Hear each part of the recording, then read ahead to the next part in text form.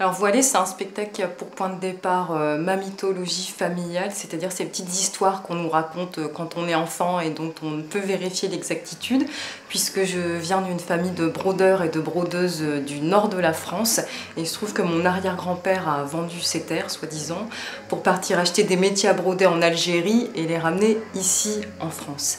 Et paradoxalement, ensuite, la broderie repartait ensuite en Algérie pour que les femmes puissent se vêtir notamment et confectionner leurs voiles.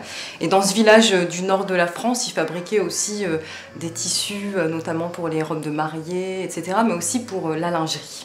Donc j'avais envie de questionner cette ambivalence à un moment donné, en plus en France, où il y a eu des attentats, où il s'est passé plein de choses, où on a eu tendance à aussi stigmatiser certaines populations.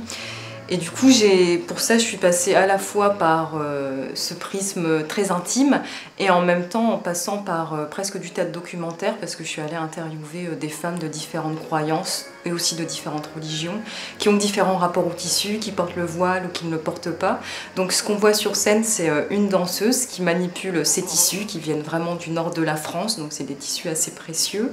Il y a aussi une comédienne, donc moi, qui porte ces textes de ces différentes femmes et puis mon propre texte lié à ma mythologie familiale. Il y a aussi un gros travail sonore puisqu'on entend ces femmes, etc.